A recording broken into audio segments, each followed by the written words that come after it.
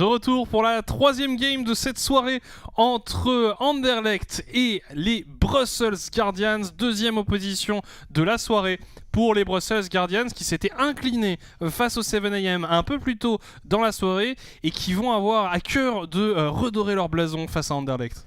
Ouais, effectivement, une game qui s'était pas déroulée vraiment sous leurs conditions, sous leurs propres termes. Ils s'étaient un petit peu fait balader par les 7am. Le late game qu'ils espéraient, à mon avis, n'est pas arrivé. En 27 minutes, ils avaient laissé l'âme de dragon. Ils avaient laissé plus ou moins tous les objectifs à leurs adversaires et en ont payé le prix fort. Ils ont la possibilité ici de se racheter une bonne conscience. Nox, bien évidemment, qui reprend sa place de titulaire. Vous l'avez vu s'exprimer tout à l'heure sur la fin de l'invocateur à la place de Razer qui lui avait joué face au Sector 1 en semaine 5. On a du côté des joueurs d'Anderlecht la possibilité de reprendre un petit peu son destin en main avec cette victoire. On a eu on en a deux de victoires pour l'instant à son actif, mais on couronne le bas de tableau pour les joueurs d'Anderlecht. Et en fait, si on ne remporte pas ce match contre les Brussels Guardians, le fait de partir en play-off dépend non seulement d'une victoire contre Aetra et contre Sector 1, mais en plus des résultats des autres équipes. Ouais, non, clairement, les deux équipes qui ont vraiment besoin de s'imposer, sinon ils vont se faire un peu distancer. On rappelle, les deux équipes sont désormais en 2-5, donc ça voudrait dire 2-6. Et donc, vraiment, ouais, comme tu le disais, une nécessité de faire un 100% et en plus d'envisager un certain alignement des planètes en fonction des résultats des autres équipes. Enfin bref, il faut gagner pour ces deux équipes. Des Brussels Guardians qui ne nous ont pas montré grand-chose durant la première game. Sinon, pour l'ensemble du split, c'est plus discutable. Il y a des bonnes et des mauvaises choses. Pour Anderlecht, on n'a pas gagné depuis la première semaine, donc ça semble encore plus délicat de leur côté, mais voilà, on n'est jamais à l'abri d'une grande surprise. On l'a déjà rappelé, mais cette équipe généralement joue le mieux quand elle est dos au mur, et là clairement ils le sont, donc peut-être qu'on va assister ce soir, en 6ème semaine, à une résurrection du côté des Mauves. Je pense qu'il croise les doigts. Alors, ce match était censé se dérouler en première partie de soirée et il a dû être interverti pour des petites raisons personnelles du côté d'Anderlecht. Les joueurs 7am, les joueurs des Brussels Guardians ont accepté le swap et ça permet du coup à ces Anderlechtois de venir tranquillement l'esprit clair sur la faille de l'invocateur. On espère que ça ne va pas leur jouer des tours, ce petit décalage justement pour les Brussels Guardians qui, on le sait, ont l'habitude de travailler, comme tu le dis, leur draft, de prévoir un petit peu la façon de jouer leurs adversaires pour se préparer en conséquence, d'avoir d'abord joué une première game contre 7am et d'autant plus de l'avoir perdu. On se demande, est-ce qu'ils seront capables du coup de rebondir et de s'offrir cette victoire et donc de garder en vie leur rêve d'aller en play-off, rêve qui leur avait été subtilisé en Spring Split à quelques points seulement de le réaliser. Ici, les joueurs d'Anderlecht sont dans la même situation, sauf que la suite du split pour les joueurs d'Anderlecht est nettement plus compliquée, donc cette game est d'autant plus importante pour eux que s'ils n'arrivent pas à l'accrocher, tout simplement, c'est fini.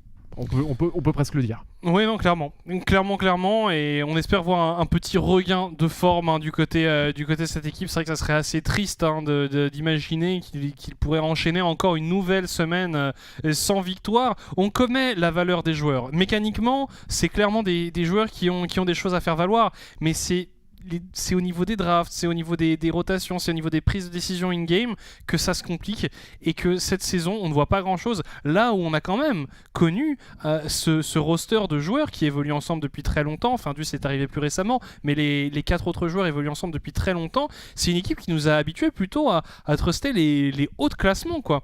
Donc on les a déjà retrouvés en finale de certains événements, on les a déjà vus remporter des trophées. Là, c'est vrai que les voir dans cette situation, c'est un peu triste, c'est un peu surprenant aussi, mais voilà, peut-être que c'est le moment pour eux de se poser des questions, de se remettre en question et d'aborder les choses sous un autre angle. Est-ce que d'un autre côté il n'y aura pas un certain défaitisme qui va s'installer? On va le découvrir. En tout cas, on est déjà parti dans cette draft. Les Brussels Guardians qui décident évidemment de ban le Urgot, et on répond avec le ban de Heimerdinger pour Anderlecht. Ouais, effectivement, 2 bans de confort pour 2 des joueurs les plus impactants de ces 2 formations. De nombreux champions restent bien évidemment à enlever. Le Kled de Kea Bambi est visiblement la cible de toutes les convoitises par les Brussels Guardians. Je tenais tout de même à répondre un petit peu à ce que tu disais, Paul Lax. Effectivement, on en attend beaucoup de ces joueurs d'Anderlecht et finalement, on n'en voit pas grand-chose de leur talent dont on a vu toutes les possibilités tout au long de ces années à les connaître et à les côtoyer. Ici, on aurait aimé qu'ils se réveillent plus tôt dans le split, alors qu'on a su supprimé la Orianna pour les joueurs d'Anderlecht, ensuite suivi du Ezreal pour les Brussels Guardians et enfin le Gnar d'Aristocrate bien évidemment dont on vous parlait la game précédente, la première game de cette semaine avec le ban du coup de ce même champion, ban respect, le buff de Gnar associé au fait qu'Aristocrate le joue très très bien, impose le respect. Côté Brussels Guardians, on survole une Shyvana comme pour nous rappeler bien évidemment les meilleurs moments de leur draft original. Merci à eux pour ces sensations incroyables. On va s'emparer d'une Senna alors qu'en face du côté d'Anderlecht c'est visiblement un Volibear qui semble être le choix numéro 1 pour la top lane potentiellement, vu que c'est Kabambi qu'on a vu le plus travailler le champion, à voir si ce choix se confirme. Finalement pourquoi pas un Trundle, Volibear, Trundle, on hésite entre les deux personnages de glace et c'est finalement l'ours qui sera récupéré. Oui, on l'avait déjà vu évoluer sur ce pic, c'est le genre de champion qui peut tout à fait lui convenir. Donc on décide de s'en emparer. Alors évidemment aussi avec toujours cette possibilité de l'envoyer dans la jungle, quelque chose que l'on voit également. En tout cas, on garde cette possibilité jusqu'au bout. Le Swain. Oh, alors ça c'est possible que ce soit le Swain de Taz comme le Swain de Yoni. C'est un choix intéressant puisque ça apporte non seulement du tanking, des CC mais aussi beaucoup de dégâts AP. Donc à voir où est-ce qu'il va se diriger ce personnage qu'on a vu pendant tout un moment arpenter la faille de l'invocateur entre les mains de presque toutes les équipes. Ici il est clairement choisi en tant que personnage de confort, champion de confort. À voir ce que les Brussels Guardians vont décider de lui faire face au final. Avec un choix de Sivir, on semble orienter du coup cette Senna en support. Un choix intéressant quand même du côté des Brussels Guardians. Kawamel aime beaucoup Sivir. Après, il y avait quand même Varus d'Open, il y avait quand même Aphelios d'Open, il y avait quand même beaucoup de choses d'Open. Et je suis très curieux de voir de comprendre pourquoi on a pris une Sivir plutôt qu'un Varus en fait. Ou autre chose, ou autre chose, il n'y a pas que Varus, mais bon, là... On n'a pas non plus pris de l'autre côté. Du côté d'Anderlecht.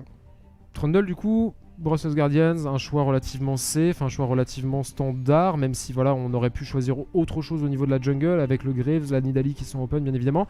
Taz qui nous fait miroiter cette année depuis les débuts du Summer Split, on n'y croit plus beaucoup. Pourquoi pas le Jarvan, effectivement la jungle qui reste d'open, Findus qui est un petit peu... L'enfant troublé de la formation Anderlechtoise, c'est un joueur qu'on a vu briller de mille feux lors du Spring Split, qui a apporté toutes les solutions à son équipe et qui depuis le début du Summer a du mal, juste tout simplement, il faut le dire, n'a pas vraiment trouvé chaussure à son pied dans cette saison de la Belgian League, à voir ce qu'il arrivera à faire de ce Jarvan avec lequel il n'a pas vraiment brillé lors des premières semaines. On va repartir dans cette phase de bannissement du coup avec un premier choix, ce sera la Syndra qui sera retirée du champion pool disponible du côté Anderlecht. Autour des Brussels Guardians de répondre. Brussels Guardians qui ont de nouveau une botlane atypique. Ouais, non c'est... Vraiment je comprends pas comment on peut en être à ce stade de la draft et n'avoir aucun Varus et aucun Aphelios et aucun... Enfin ouais, bref. On va voir un peu ce sur quoi on se dirige. Syndra du coup qui est enlevé, Cassiopeia également. Horn. Horn qui est enlevé du coup par Anderlecht. C'est vrai qu'on a vu pas mal Aristocrate évoluer sur ce pic. Et du coup, côté Brussels Guardians, par quoi on va terminer ? Il reste beaucoup de choses. Un Varus, ça me fait rire. Au final, si on l'a pas récupéré en première rotation, c'est qu'on met pas la priorité dessus. Mais c'est vrai que le laisser à Seitam serait potentiellement une grosse erreur de la part des Brussels Guardians. Si là on le voit pas ban et récupéré en deuxième rotation de draft. Ah, mais là les confrères néerlandophones, ils vont hurler. Et toi aussi, c'est un Blitzcrank finalement qui sera retiré à Yoni. Yoni qui n'avait pas trouvé les solutions avec son Blitzcrank lors de la semaine 5 de la Belgian League. Contrairement à Bardo qui lui avait brillé, clairement, avec ce pic. Et du coup, Varus disponible, Aphelios également. L'embarras du choix pour les joueurs d'Anderlecht qui font face à une botlane visiblement Senna Sivir. Un choix particulier qui laisse du coup beaucoup de possibilités à cette formation. Un Galio dont s'empare probablement Taz du coup. Donc du coup on aurait un Swain support. Ouais c'est ça, ou alors on peut envoyer le Swain au mid et envoyer le Galio support, c'est aussi, un peu moins envisageable je pense. De toute façon Swain en ce moment on le voit pas beaucoup donc on verra bien. Clairement, là il n'y a pas de... on verra bien. Oh le Corki, tiens ça fait longtemps. Ça fait longtemps qu'on l'a pas vu en Belgian League, le Corki. Attends, non, ok d'accord. Non, j'étais en train de me poser une question, mais effectivement non. Alors Corki qui sera récupéré, ce sera pour la mid lane, ce sera probablement pour Nox, à moins qu'on nous prépare une de ces drafts où on envoie Sivir en jungle avec un Trundle au top et Corki en support d'une Fasting Senna, ce serait assez incroyable. On n'est jamais à l'abri de ce genre de choses avec les Bronzes Guardians, c'est pour ça qu'on les aime bien. Mirai qui effectuera le dernier pick de son équipe avec, pourquoi pas, une Nico. Alors, Nico, dans cette composition, elle va dans la jungle. Oui, très bien. Bon, bah voilà. On semble avoir décidé. Ou alors elle va top, non? Attends. Non, elle va top. Elle va top. Elle Oui, va top. effectivement, Le Trundle va dans la jungle, la Nico va top et le Corki va mid. J'avoue être fébrile sur les drafts des Brussels Guardians, veuillez m'excuser de cette hésitation. Alors qu'on n'a pas d'ADC du côté des joueurs d'Underlect. C'est un Swain ADC. Très bien. J'ai pas le seum. C'est cool. Non mais c'est bien parce que moi j'avais parié sur les Brussels Guardians qui emportaient la game face à 7M. Bon, je me suis trompé. J'avais parié sur KVM qui faisait trembler Sector 1. Je me suis trompé. Ici, je parie sur les joueurs d'Underlect. Ils prennent pas d'ADC. Ils ont quasiment pas d'AD. Ah si, ils ont Findus avec son Jarvan, mais ça promet d'être compliqué à jouer. A voir si les joueurs d'Underlect vont nous sortir. La dernière fois qu'ils nous avaient fait une composition où on échangeait les rôles, où on mettait des champions un peu particuliers, un peu dans tous les sens. C'est vrai qu'il y a aussi, mal passé. Il y a aussi la possibilité d'envoyer... Attends, c'était Taz qui allait... C'était Yoni en jungle sur un Zac, Taz qui allait en support de Seitam avec une Lulu, et Findus... Non, et c'était du coup Mike Okoro qui avait pris la place de Taz sur la mid lane, parce que Findus n'était pas disponible. C'était bien évidemment en Spring Split où Mike Okoro, actuel Mikkel, qui est le mid laner des Aetra Esports, que nous verrons jouer lors de la 4ème game de cette 6ème semaine de Belgian League, évoluait en tant que sub chez les joueurs d'Underlect. Il a été récupéré par la formation Aetra Esports suite aux nombreux changements que ceux-ci ont connus. Mais ceci, c'est pour plus tard. Ici, Volibear, Jarvan, Ryze, Swain et Galio face à Nico, top, Trundle, Jungle, Corki, Midlane, Sivir, ADC et Senna support. Deux compositions originales, deux compositions agréables à casser et après dire... Non mais la composition pour Sauce Guardians est curieuse, enfin est surprenante, parce que Nico top c'est plus un truc qu'on voit beaucoup, mais il y a quand même eu une période où Nico ça se voyait. Là on le met face à un Volibear, pourquoi pas. En jungle, bon, ça a tout à fait sa place, surtout le Trundle a tout à fait sa place, surtout face à une composition avec autant de PV. Quasiment tous les champions d'Underlect sont des sacs à PV.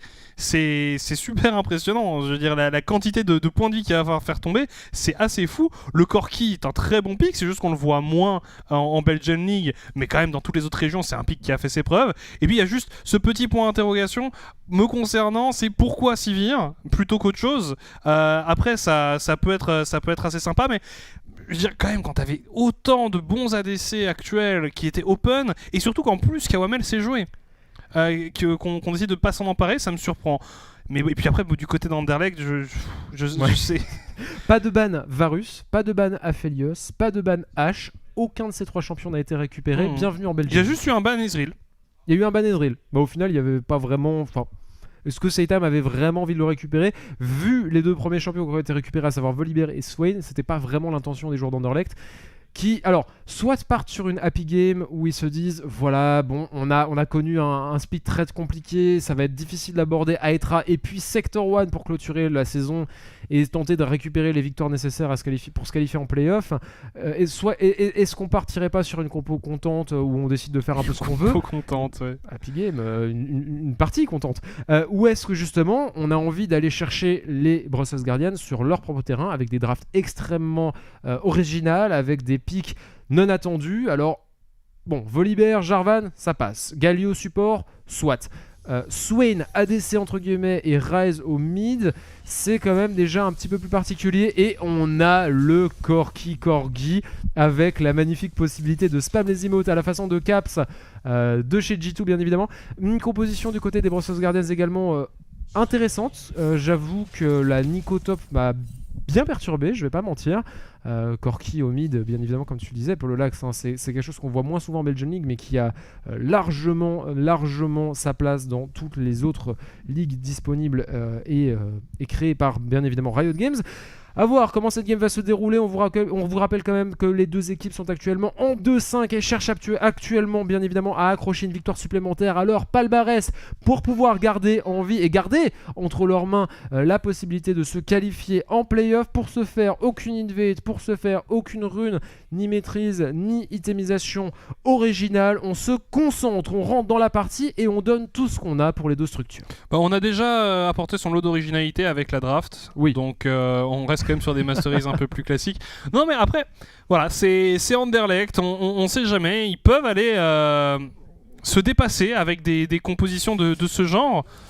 Et c'est vrai que c'est une composition très solo queue, hein, ne serait-ce qu'avec Seitam sur Swain. Voilà, on va voir un peu ce qu'ils arrivent à faire avec, mais c'est vrai que bon, si vous arrivez pour la première fois en Belgian League et que vous voyez cette composition, eh bien dites-vous que Anderlecht est une équipe qui aime surprendre. Et ici, Aristocrate sur sa Nico. Ça faisait quand même longtemps qu'on n'avait plus vu de Nico top. Hein. On la jouait parfois avec Glacial Augment, faire des match-ups très difficiles pour les mêlées. Mais voilà, là on décide de partir sur Prezi Attack sur Aristocrate. Ouais, et une Doran's Blade également, pour tenir la phase de lane un petit peu plus aisément face à Kabambi et son Volibear. A voir comment la game va se dérouler, ça promet d'être intéressant. On a des conditions de victoire assez différentes hein, pour les deux équipes. Le late game qui sera assez tanky côté Red Side avec tous les HP disponibles bien évidemment. Alors moi ça m'étonne au niveau de cette botlane puisque Seitam sur Swain c'est plus généralement Yoni qu'on voit choisir ce champion. Yoni d'ailleurs qui est ici en train d'essayer de cheese un petit peu la duo lane des Brussels Guardians, mais il vient de se rendre compte grâce à l'auto-attaque du Creep Range qu'il était vu. On a une demande d'information visiblement sur l'arrivée de Findus au niveau de ses Corbins. Findus qui va tomber sur Chamber. Est-ce qu'on va tenter de prendre un petit 1v1 ? Taz est en meilleure posture pour pouvoir rejoindre son jungler et lui porter assistance. On se passe l'aggro décidément du camp de jungle. Les dégâts sont mis mais c'est sur le jungler des joueurs d'Anderlecht que ceux-ci sont plus importants. Et on va repartir tranquillement chacun de son côté pour les forestiers respectifs. Oui, ici Trundle qui va repartir topside. En effet, chacun son carapateur. On s'empare de celui botside pour Findus. On s'empare de celui topside pour Chamber. Et pour l'instant, on met une belle pression avec la Nico d'Aristocrate. Findus qui se dirige vers la botlane. Est-ce qu'on va tenter quelque chose? On est niveau 3 hein, pour les deux botlaners d'Anderlecht. Kawamel a peur, hein. il est contre il est pas serein, hein. Il est contre sa tourelle, il y a eu des pings, hein, on s'en est douté. Depuis le début, on voit Chamber qui ping l'endroit précis où se trouve Findus, puisqu'il suit plus ou moins la même route en inversé bien évidemment. Et donc du coup il a donné l'information à sa botlane qui a réagi en conséquence en se regroupant au niveau de cette T1. Donc c'était plutôt bien joué, mais on voit hein, les joueurs d'Anderlecht qui stackent un petit peu les CS adverses, qui frisent complètement la lane et qui empêchent un petit peu cette Sivir de farmer tranquillement, alors que Seitam lui est en train de mettre des Q-spells allègrement dans les CS adverses et deny petit à petit cette Sivir. Ouais, pour l'instant ça va aller à voir sur la longueur. Oh, le bon grab qui passe ici. On va y aller du côté de Yoni. Le taunt ne passera pas. Spell shield de la part de Sivir pour s'en prémunir. Et ça montre un petit peu la tête du combo que ça peut avoir. Et je pense pas que Kawamel a envie de le prendre. Attention. On va poser la vision ici du côté de Mirai. Findus qui revient. Ouais, Findus go in de la part de Yoni. Est-ce que le taunt est disponible? Oui. Kawamel va être obligé de le flasher. La téléportation qui est utilisée de la part de Corki. Nox qui va rejoindre ses coéquipiers. Le grab passera mais sur les creeps seulement du côté de Seitam. Mais les trois membres des joueurs d'Anderlecht sont en sécurité sous cette T1. Un peu une overréaction de la part de Nox, mais attention tout de même à Chamber qui va partir sur l'invade de la jungle de Findus, qui va trouver justement ce Jarvan un petit peu esselé. Est-ce que le coup de drapeau peut venir sauver la vie de ce joueur? Et non, First Blood récupéré par un Corgi qui s'empare du coup du premier sang et des 400 gold qui lui reviennent de droit. Un fight en longueur, prise de position difficile pour les deux équipes. Ouais, encore une fois un First Blood donné par Findus. Hein. Qui a du mal dans cette ligue, qui a énormément de difficultés à s'exprimer, et encore une fois là il se fait catch. Pourtant dans sa propre jungle hein, il se sentait safe, mais avec la décale du Corki on avait une supériorité numérique à faire valoir.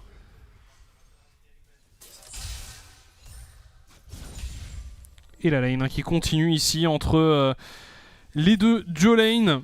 Oh, attention, Findus, ça va pas se faire avoir une nouvelle fois. On a l'impression qu'il regardait même pas où il allait. Hein. Il s'est pris plusieurs autos tout en marchant tout droit. C'était assez surprenant. Il avait déjà la tête à son gank, déjà la tête à Nox. Il dit que niveau 3. Hein. Il faut faire attention. Findus, c'est une cible facile pour éventuellement un Corki. Et en plus, Taz était sans mana. On avait 0 de mana du côté de Taz, donc on n'avait vraiment pas la possibilité de suivre le call du jungler. Là, Findus, effectivement, un petit peu, voilà, qui cherche ses marques dans cette game. Rien n'est fait, rien n'est joué. Effectivement, un premier kill qui a été donné par ce joueur, mais tout peut encore bien se passer pour lui avec son Jarvan, ce champion qu'il admire et qu'il affectionne tout particulièrement. Au niveau du mid, Taz qui arrive à récupérer tous les CS relativement aisément. Yoni et Seitam accompagnant Findus ici sur ce red buff. Est-ce qu'on va y aller du côté de Chamber? Chamber, on va pas voir Yoni, on va se faire taunt immédiatement, on va se faire grab également. Et la rotation de CC pour venir égaliser le score à 1-1. Très bonne idée de la part de la botlane des joueurs d'Underlect que de se retrouver à cet endroit-là pour surprendre le jungler des Brussels Guardians qui essayait de répondre un petit peu à l'invade de son vis-à-vis. Et Findus ici trouvera du coup la possibilité de partir sur ce Drake. Un premier Drake de la montagne récupéré aisément par l'équipe Redside. Premier objectif neutre en faveur de cette équipe. Ouais, pour l'instant, hein, c'est une bonne initiative qui est prise ici et réussie par les joueurs d'Anderlecht. Un partout, un kill partout, un Drake en la faveur des Mauves. Et sinon, après, en termes de farm, ça reste relativement even. On voit quand même la Nico d'Aristocrate qui fait un bon travail pour essayer de creuser un peu l'écart avec le Volibear. Et au bot, pour l'instant, c'est pas ridicule pour Seitam et Yoni. Même si pendant la draft, ça nous faisait un peu sourire de voir cette Jolane. Pour l'instant, ça semble marcher. Tu souriais, toi? J'avais plus l'impression que tu faisais la gueule, mais effectivement, voilà, les mots sont là. Mais je pense que ça peut fonctionner. Alors pourquoi? Parce que les Brussels Guardians sont une équipe qui parfois laisse des possibilités à ses adversaires qui ne devraient pas avoir lieu d'être, avec des choix un petit peu particuliers, tant en termes de composition qu'en termes de decision making dans la game en elle-même. Et ici, Seitam et Yoni sont présents sur des champions qu'ils maîtrisent. Même s'ils sont atypiques, ils ont des arguments à faire valoir sur la botlane. Et en early game, Kawamel avec une Sivir n'a pas grand chose à faire à part farmer. Il n'a pas beaucoup d'arguments à faire valoir face à un Swain et un Galio. Alors du côté de Chamber, on va compenser le fait qu'on a laissé le Drake, le premier Drake de la montagne à ses adversaires en récupérant le héros de la faille. Est-ce qu'on va décider de le mettre au niveau de la mid lane lors du rip-up de ce prochain Drake, le Drake de l'océan pour le coup? Ce sera à voir. Mais la guerre de vision est bien entamée dans la jungle de Findus au niveau du top. Control Ward et une trinket, on sait où il est. Ouais, on s'empare également du carapateur pour les Brussels Guardians. L'ATP qui est utilisé par Kawamel ici. Revenir défendre un peu sa tour. On récupère une plaque du côté de Yoni et Seitam. Le cull qui est bientôt terminé pour Nox ici. Taz qui fait un bon travail également. Les premiers dégâts qui sont placés, c'est un bon midlife placé ici sur le Corki. Et par contre, Findus qui était présent au cas où.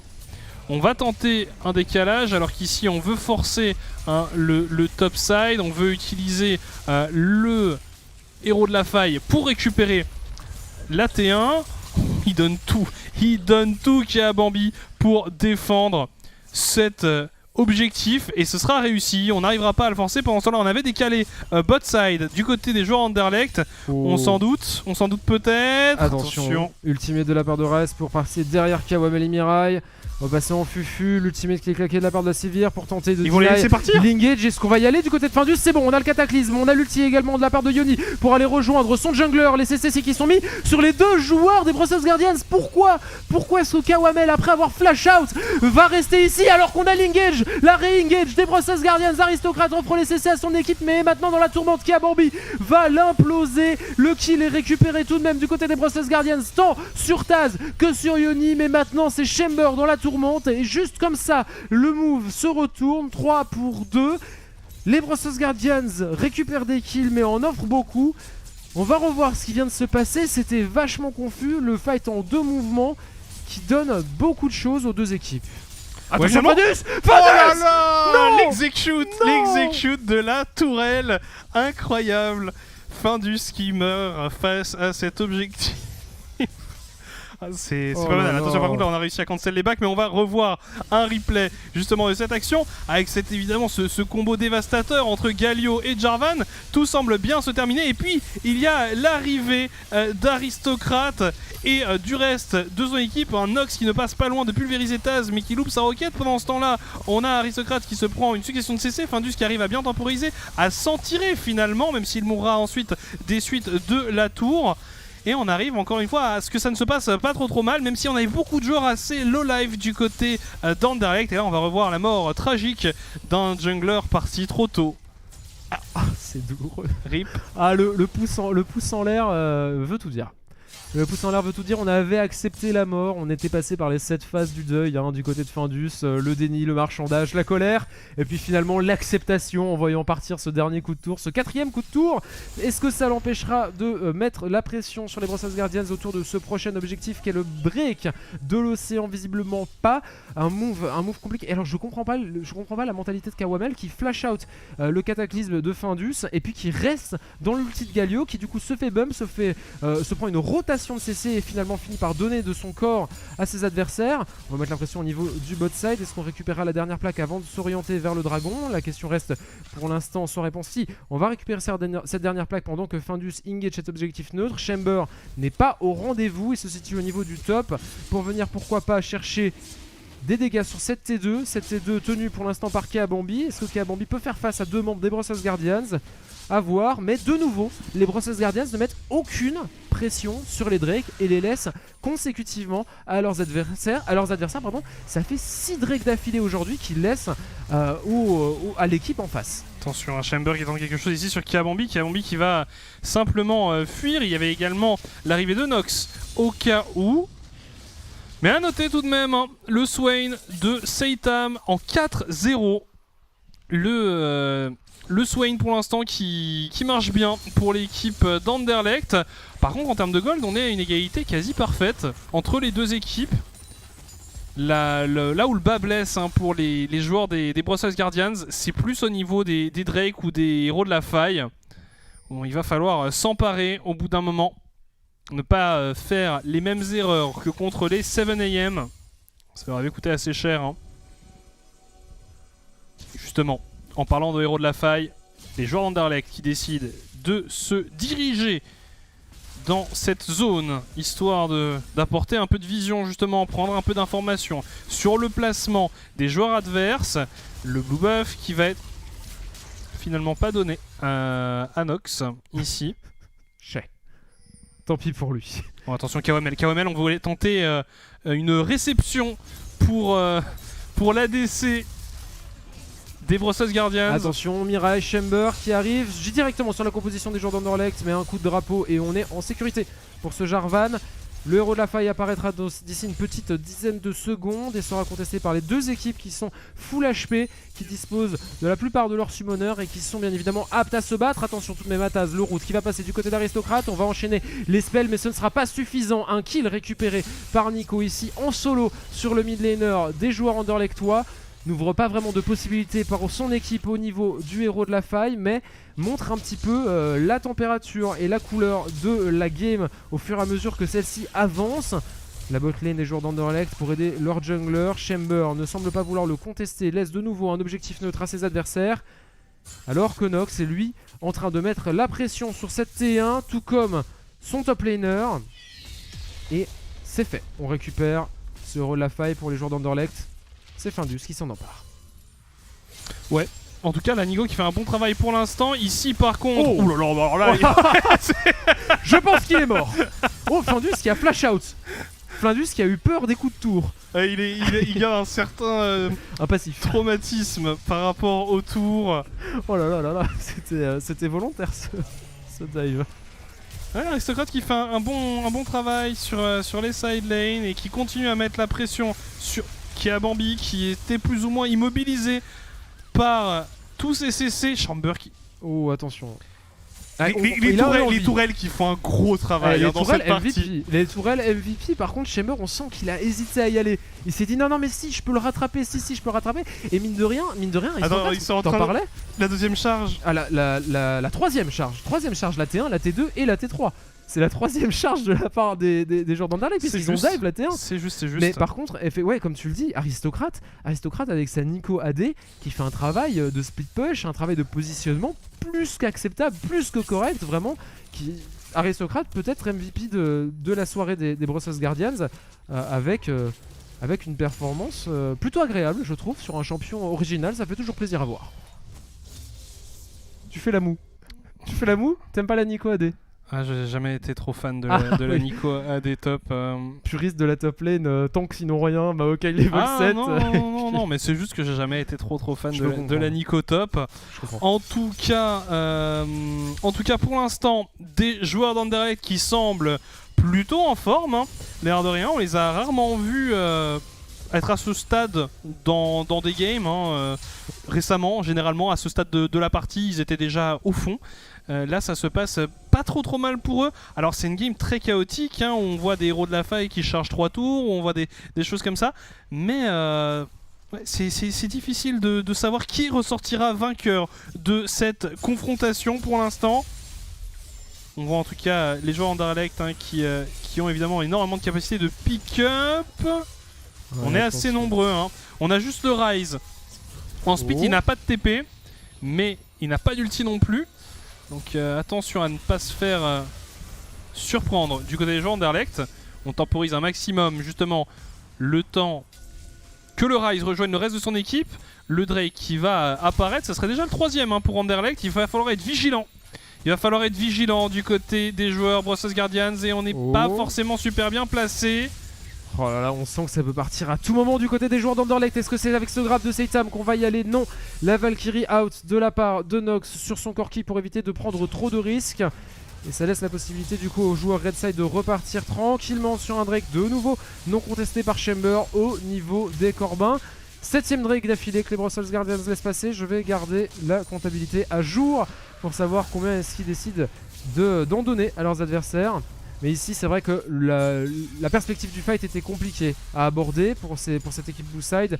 Le grab de Seitam sur Nox a permis de mettre des dégâts, aurait permis de continuer avec le reste des CC et des engages disponibles pour les joueurs d'Anderlecht. Donc je conçois qu'on n'ait pas envie de prendre trop de risques, mais dans 4 minutes 30, des risques il va falloir en prendre si on veut éviter que les joueurs d'Anderlecht récupèrent également une âme du dragon à 22 minutes de jeu à l'instar des 7M.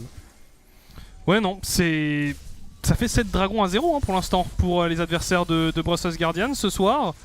Ça devient un problème. Ça devient un vrai problème. Il va falloir essayer d'y répondre assez rapidement. Par contre, l'écart en farm, j'avais pas fait attention. L'écart en farm entre Kiabambi et Aristocrate, c'est impressionnant. Après, Kiabambi qui est très présent avec son équipe. Ce qui explique un peu la différence de farm également. Ouais. First item, Spirit Visage d'ailleurs, sur ce Volibear. Corki visiblement qui est estimé comme étant la menace numéro 1 par ce Volibear. On va tenter de se répartir tranquillement sur la map. Le Baron Nashor apparaîtra dans 20 secondes pour les joueurs disponibles. Pour les équipes dans cette game. Attention tout de même à ne pas prendre trop de risques lors de ce genre de timing. Alors qu'on voit de nouveau un Aristocrate qui est assigné au poste de Speed Pusher et qui le remplit plutôt bien ce poste. Comme tu le dis, avec un écart de farm de plus de 100 CS face à son vis-à-vis, c'est que sa game de Nico se passe relativement correctement. On va pas se mentir. On va voir après s'il arrivera à se rendre utile en teamfight. Attention le catch. Oh là là là là. Ouais, la rotation c'est vicieux. CC. C'est vicieux d'attendre ici un joueur Brussels Guardians. Mais est-ce qu'on peut leur en vouloir? Attention la ring et JC des joueurs d'Anderlecht sur Aristocrate et Chamber dans la tourmente. Le cataclysme pour aller coincer cette Nico sous les coups des joueurs d'Anderlecht. Et c'est un deuxième kill récupéré avec ce Chamber esselé. On va back tranquillement du côté des joueurs d'Anderlecht et se diriger vers ce Baron Nashor. TP utilisé de la part de Seitam pour aller défendre une T1 qui n'était pas mis sous siège par Kawamel, prudent. Et on va du coup pouvoir repousser Nox, on va pouvoir repousser Kawamel et on va pouvoir envisager d'au moins récupérer la vision autour de ce Baron Nashor, de mettre la pression un petit peu autour et de voir si on partirait pas sur un call Nashor tout simplement. Ouais, là clairement, en tout cas, il y a de nombreux catchs qui sont réalisés et qui permettent justement à Anderlecht de prendre l'initiative sur certains moves. Là, on récupère une nouvelle tourelle. Et en effet, le Baron Nashor pourrait être une cible pour cette équipe d'Anderlecht dans les minutes à venir. Si de nouveaux catchs étaient réalisés, ça pourrait ouvrir pas mal de choses. Ça pourrait clairement ouvrir pas mal de choses. Et une Sivir hein, qui a du mal également un peu dans cette game. En termes de farm, en termes de kill, c'est pas sa meilleure partie pour Kawamel. On a quand même enfin un peu de stuff du côté du Corki qui devrait commencer à pouvoir piquer, mais on n'a pas forcément l'occasion de voir des teamfights très rangés finalement entre les deux équipes. Hein. Les joueurs d'Anderlecht bénéficient un maximum de catch et de choses du genre. On cherche pas forcément les batailles rangées, et du coup le Corki n'a pas forcément l'occasion de s'exprimer de manière optimale. 6-0-2 Seitam, 6-0-2, son Rodevet stacké, il a son Zonia, il a déjà 3 items. Il a 3 items, ce Swain ADC qu'on avait... ADC entre guillemets bien évidemment, mais ADC qu'on avait critiqué pour son choix, enfin en tout cas émis des doutes par rapport à la décision qui avait été faite de récupérer ce champion à ce rôle-ci, mais qui nous fait bien mentir pour le coup. On va voir ce qu'il arrive à en faire dans la suite de la partie. Les dégâts AP seront conséquents du côté des joueurs d'Anderlecht. À voir s'il sera suffisant pour accrocher une victoire supplémentaire. Une 3e victoire du coup à leur actif. Ce serait une bonne nouvelle pour cette formation qui est dans la tourmente en termes de points. Attention au catch dans cette jungle. Les Brussels Guardians en ont payé les frais de nombreuses fois tout au long de cette partie. Les piliers ici du Trundle pour tenter de dissuader justement ces mêmes joueurs que d'aller les embêter lors de la prise de ce red buff. Attention à l'arrivée en flanking de Mira et de Kawamel et de Nox qui avaient envie visiblement de trouver l'engage. Et finalement il n'en sera rien. Les joueurs d'Anderlecht vont se regrouper tranquillement autour du prochain Drake, le Drake indispensable pour les Brussels Guardians. Attention, cataclysme ici utilisé de la part de Findus, mais c'est l'ultimate de Aristocrate qui est utilisé en réponse et c'est un premier kill qui va en faveur de l'équipe Blue Side. Les Brussels Guardians qui vont maintenant tenter de battre en retraite l'engage de la part de Yoni, très bon taunt mais qui ne touchera seulement une seule personne. On va tenter de reculer maintenant du côté des Brussels Guardians une fois que le larcin a été commis. On récupère des kills sur la fuite et Nox continue le poke, Nox continue le travail pour son équipe, Nox continue d'aller chercher les kills et les dégâts. Malheureusement ce coup de canon ne touchera pas, Seitam s'en sortira, mais le mid laner des Brussels Guardians qui fait un très bon travail et offre la possibilité à son équipe d'éviter de se retrouver face à des joueurs d'Anderlecht avec un 4e Drake et donc une âme du dragon à seulement 23 minutes de jeu. Et pourquoi pas du coup, voilà, voir enfin les Brussels Guardians s'emparer d'un objectif neutre. Ouais, ce sera leur premier, mais c'est vrai que Nox a été un peu excentré pendant une bonne partie du fight. Il avait du mal à se positionner pour placer ses dégâts. À partir du moment où il est rentré dedans, ça a été dévastateur. On va voir justement une nouvelle fois ce fight, ce replay qui vous est proposé à Paromen. Bon engage ici de la part de Findus qui arrive à bloquer 2 joueurs. On temporise pas mal du côté d'Aristocrate. On essaie d'aller chercher le Swain, l'Utigalio qui ne touchera personne. Et là voilà, Nox qui va arriver à partir de ce moment-là dans le fight. Et c'est là que tout va s'inverser. Aristocrate qui met de bons dégâts également. Hein. Et là, on tente de fuir comme l'on peut. On utilise l'ultimate du côté de Kiabombi pour fuir. Taz qui se fait poursuivre. Et puis là, Seitam qui s'en ira, qui s'échappera de justesse. C'est pas passé loin. C'est pas passé loin, mais là, c'est vrai qu'à ce stade de la partie, il faut faire très attention à Corki justement qui vient de récupérer un nouvel objet. Un rapid fire canon pour le mid laner. Oh attention au niveau de cette bot lane, on va y aller du côté de Kiabombi. On va mettre des énormes dégâts sur Aristocrate. Aristocrate les CC. Est-ce qu'on arrivera à s'en sortir? Cette Nico AD qui va tenter de hit and run le Volibear qui récupérera finalement le kill sur son vis-à-vis. Des flashs ont été claqués, des ultis également, mais finalement c'est les Brussels Guardians qui laissent la peau de leur top laner sur un timing Baron Nashor. Du côté des joueurs d'Anderlecht, à mon avis, on aura à cœur de faire tomber au moins Nox. Attention à la TP effectivement de la part de Kiabombi. Kiabombi avec son Volibear, Alingage, Kawamel avec son Spell Shield qui va finalement se faire stun et se faire ramener dans la composition des joueurs d'Anderlecht. Kawamel qui connaît la furie de ses adversaires, même s'il est seulement en 0-4 et ne prodigue que peu de dégâts par rapport à son coéquipier mid laner. Mais ici, après avoir récupéré 2 kills, les joueurs d'Anderlecht se sentent en possibilité de partir sur le Baron Nashor. Non, finalement, on va le regarder dans le blanc des yeux. On va se dire qu'il y a d'autres choses à faire comme farmer. Ouais, et puis on a peut-être un peu peur d'un déficit Ouais. de dégâts pour faire tomber le Baron Nashor rapidement. Et puis il y avait toujours Chamber qui était debout. Pour éventuellement tenter un steal. Mais pour l'instant, beaucoup de kills, beaucoup de fights, mais pas forcément énormément d'objectifs neutres. Attention, qui a Bambi dans la tourmente. Nox avec le poke, l'ultimate de Yoni pour dissuader le mid laner des Brussels Guardians. On s'en sortira. On s'en sortira pour les joueurs d'Anderlecht. Et Nox énervé. Hein. Bah Nox, ouais, là Nox ça devient une véritable machine à dégâts qui va être très difficile d'aller chercher pour les joueurs d'Anderlecht. On l'a vu, il a un positionnement assez safe dans les derniers fights et ça lui permet quand même de déplacer énormément. Et il va falloir respecter ça du côté d'Anderlecht. Qu'est-ce qu'on peut faire du côté des Brussels Guardians? Il faut continuer à farmer du côté de Nox. Il faut que KWML commence à trouver des dégâts avec 200 CS à 26 minutes de jeu et déjà 4 morts sans avoir récupéré de kill. On peut comprendre qu'il passe pas sa meilleure game. Il peut Seulement compter une sur son Innocence midlaner. River quoi. Ouais. Oh, une BF quand C'est même. léger. Et une pioche en plus. Non, quand même, il a du stuff. Non.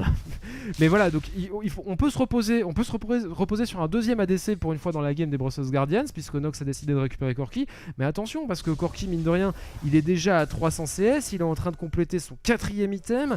Il va pas pouvoir tout faire non plus, ce joueur mid lane. Il va falloir à un moment lui permettre de trouver d'autres solutions. Et Kawamel pourrait en être une s'il décidait de commencer à faire des dégâts. Malheureusement, ça ne repose pas que sur lui. Mais Infinity Edge a été récupéré. Les joueurs d'Anderlecht repartent sur leur fameuse stratégie du catch dans la jungle en s'assurant qu'on n'est pas vu. La rotation de CC pourrait faire extrêmement mal à Nox. Nox qui va s'aventurer et Nox qui va tomber sur un Galio, qui va le taunt, qui va le bump, qui va permettre le grab de Seitam. Et c'est un kill gratuit. Au même endroit que Mirai il y a quelques minutes. Et du coup, c'est trop fort. On utilise le Dewarder, on voit qu'on n'est pas vu et puis après c'est gratuit. Attention ici, l'ultimate du Rise pour aller chercher Kawamel. Le spell shield lui offrira un petit peu de répit, mais on se fera grab par un Seitam énervé. Et c'est une 5ème mort pour l'ADC des Brussels Guardians. Et cette fois-ci, les joueurs d'Anderlecht ont à cœur d'engage ce Baron Nashor pour au moins provoquer la colère d'Aristocrate et de ses coéquipiers seuls face à la barbarie des joueurs d'Anderlecht qui pour l'instant sont largement devant, même si 2K Gold ce n'est pas beaucoup. On a au moins 8 kills d'avance, tellement d'objectifs neutres et pour l'instant les Brussels Guardians dans la tourmente face à des joueurs d'Anderlecht qui finalement trouvent des solutions. Oui, ils trouvent des solutions et là d'ailleurs en parlant de solutions, ils vont même aller pouvoir chercher l'âme du dragon qui va être up d'ici 5 secondes. On back du côté de Nantes. On back, on hésite, on a envie d'aller contester la Nico sur le top side. On essaie de faire tomber le Drake le plus rapidement possible. Yoni, ouais. Attention, est-ce qu'on va réussir à prendre un fight ici? On va s'en sortir du côté des joueurs d'Anderlecht. Visiblement, perte peut-être un petit peu de volonté du côté des Brussels Guardians. Je sais pas, j'ai l'impression que... Ah, petite pause effectivement. Oui, c'est ça que j'ai entendu dans mes oreilles en fait, je m'étonne.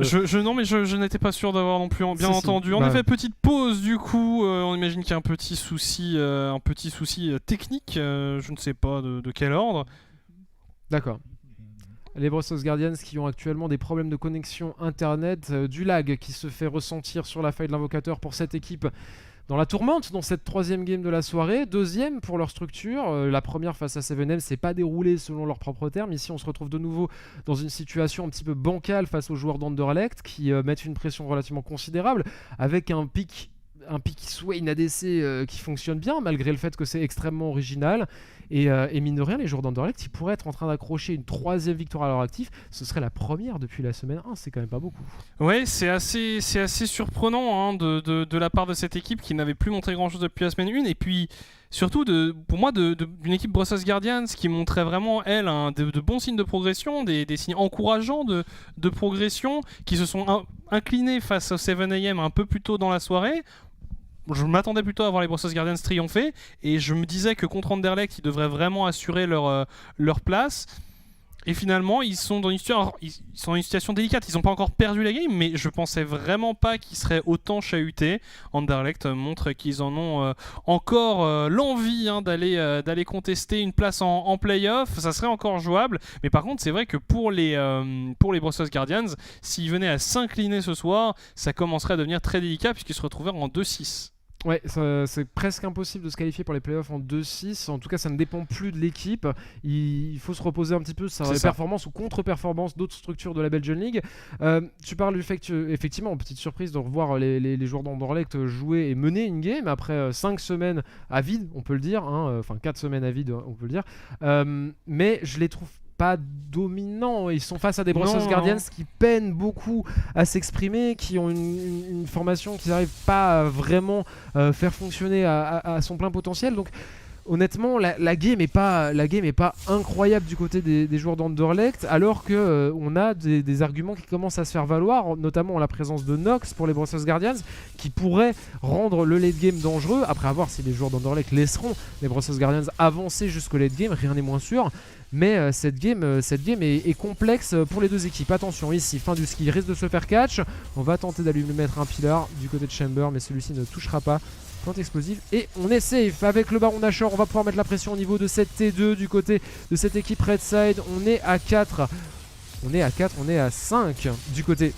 Bien, attention, c'est parti, et c'est Nox qui va tomber en premier. Et là, pour le coup, du côté des joueurs d'Anderlecht, c'est le signal que le fight ne peut que bien se passer. La principale source de dégâts des Brussels Guardians est down. Tous les arguments sont en la faveur des joueurs rouges. On va partir au niveau de cette T2, puisque la T2 au mid, au T2 au bot, parce que la T2 au mid est défendue farouchement par les joueurs Brussels Guardians. On a envie de faire le trou dans cette base que l'on regarde de loin depuis que trop longtemps. Est-ce qu'on peut y aller? Une tentative de ring-edge de la part de Yoni qui est cancel par le pilar d'un Chamber qui n'a pas envie de s'avouer vaincu, en tout cas pas tout de suite, mais un inhibiteur tout de même récupéré en faveur des joueurs d'Anderlecht qui vont pouvoir retourner fièrement à leur base, récupérer objets, HP et mana. Ouais, là ils ont clairement trouvé une très belle occasion de faire un trou. L'ultimate de Taz permet un décalage intéressant et d'ouvrir justement le bot side. Non, pour l'instant ça se passe pas mal du tout pour cette équipe d'Anderlecht, avec ce Baron Nashor qui en effet leur permet de vraiment imposer un push redoutable. On décide de counter engage potentiellement du côté de... Oh là là, Chamber, la cage d'un Rise et le taunt d'un Yoni. Le cataclysme de Findus pour trouver le kill sur Chamber. La tourelle tombera. Aristocrate avec un ulti salvateur pour mettre fin au jour du mid laner Anderlechtois, mais double kill du Rise pour permettre à ses coéquipiers de continuer le travail de corps à corps avec les bâtiments des Brussels Guardians. Un trou supplémentaire dans leur base. Un inhibiteur de plus en moins et on va pouvoir faire une rotation au niveau de cette top lane une fois qu'on aura cette fois-ci fait un petit retour à la base. Pas d'objectif neutre avant 3 minutes. Et quel objectif neutre? Un Drake infernal. Un Elder Drake, pardon. Un Elder Drake en effet, qui pourrait être la cible de l'attention des deux équipes. Mais là ouais, c'est en fait les deux phases de jeu, où la prise inhib et tourelle bot et inhib et tourelle mid, ça vient d'une erreur de positionnement. On a une première fois un Nox qui est un peu trop avancé avec son Corki qui se fait catch. Derrière ça lance toute cette phase de fight où Anderlecht prend un ou deux kills et derrière un objectif, et on refait un peu la même erreur avec Chamber qui tente de placer un pilier, qui se fait attraper par Seitam, et derrière nouveau fight, nouvelle tour.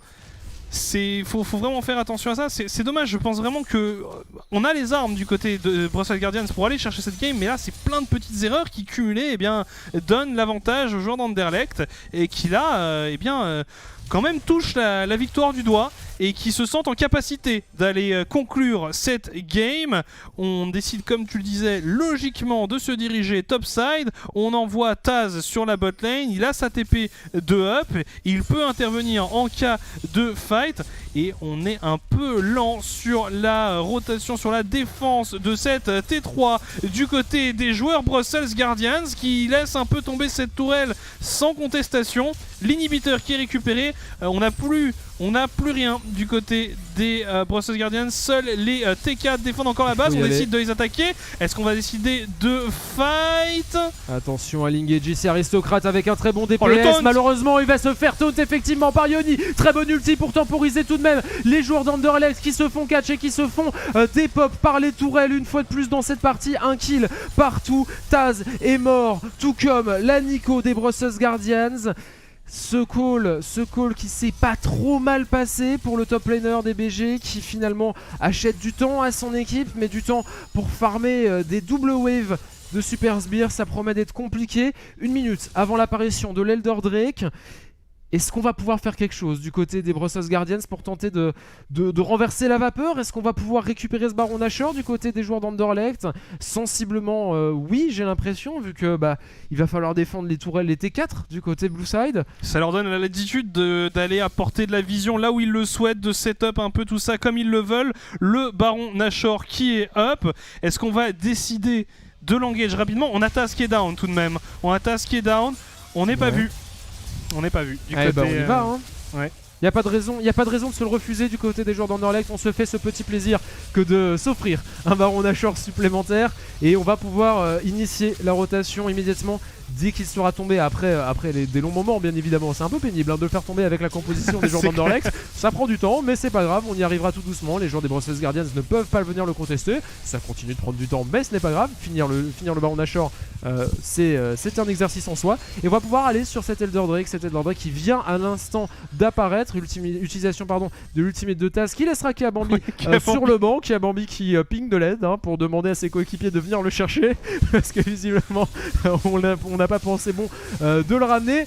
Un Baron Nashor, un Elder Drake entre les mains des joueurs d'Anderlecht qui sont incontestés tout simplement par les joueurs Brussels Guardians. Alors est-ce que ça veut dire qu'ils ont gagné la game? Non, puisque comme nous l'ont montré les Brussels Guardians par le passé, même avec ces deux buffs on peut perdre la partie. Mais avec 3 inhibiteurs down, si les joueurs d'Anderlecht perdent cette game, j'offre des skins à toute la formation Brussels Guardians. Voilà. Bon écoute, ouais, je prends des risques. Je pense que je prends des risques. Non, mais bien écoute, là le reste de la composition d'Anderlecht qui devrait se groupe au mid. Ah, bon d'accord. Bah voilà, on a un petit back de notre ami Galio. C'est... ouais. Bon. On va attendre encore un petit peu. On a pas vraiment de meilleure situation que ça pour finir la game. Hein. Buff Nashor, buff Elder, ça TP. Hein. Ça TP du côté de Seitam. On décide de fuir du côté des Brussels Guardians. Là, ça semble un peu délicat à défendre du côté de l'équipe Blue Side. Et là, l'intégralité de la composition d'Anderlecht qui pénètre dans la base adverse. Alors, on tente de wave clear.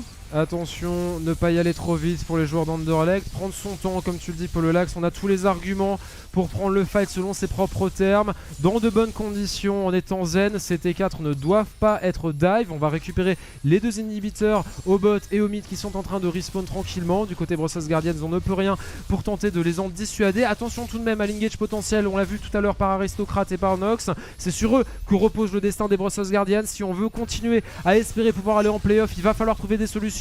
Attention, Righteous Glory utilisé ici par Taz, permettre l'engage potentiel par Kiabambi. On va tenter de trouver des solutions. Le stone qui est passé, on va y aller. C'est parti, c'est dive par Yoni qui ne trouve pas les solutions. On récupère un premier kill sur Chamber qui fait tomber Kiabambi. Le cataclysme est complètement raté de la part de Fundus. Et les joueurs d'Anderlecht qui donnent 2 kills aux Brussels Guardians. On récupère une T4, mais on donne un 3ème kill à leurs adversaires. Taz dans la tourmente, Seitam qui vient tenter d'équilibrer un petit peu les scores. Taz qui est en train de terminer le Nexus.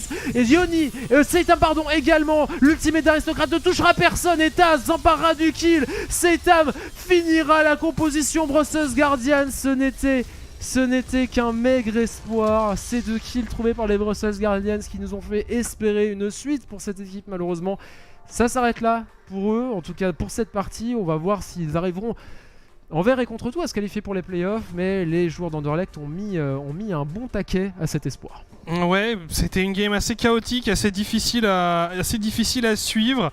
Et puis les joueurs Anderlecht qui, encore une fois, dos au mur, arrivent à s'imposer et à avoir encore un semblant de destin entre leurs mains. Pour Brussels Guardians, c'est également délicat. Ces deux équipes du coup qui se retrouvent assez loin dans la ligue, mais pour Brussels Guardians, ça va être très très très délicat. Il ne leur restera du coup que 2 games pour tenter d'aller accrocher ces playoffs.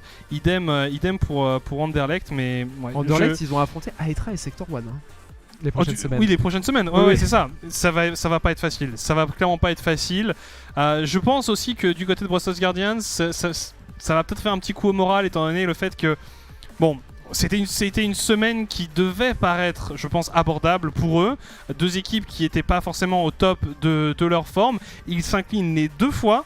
Ça, c'est quand même assez dur comme bilan.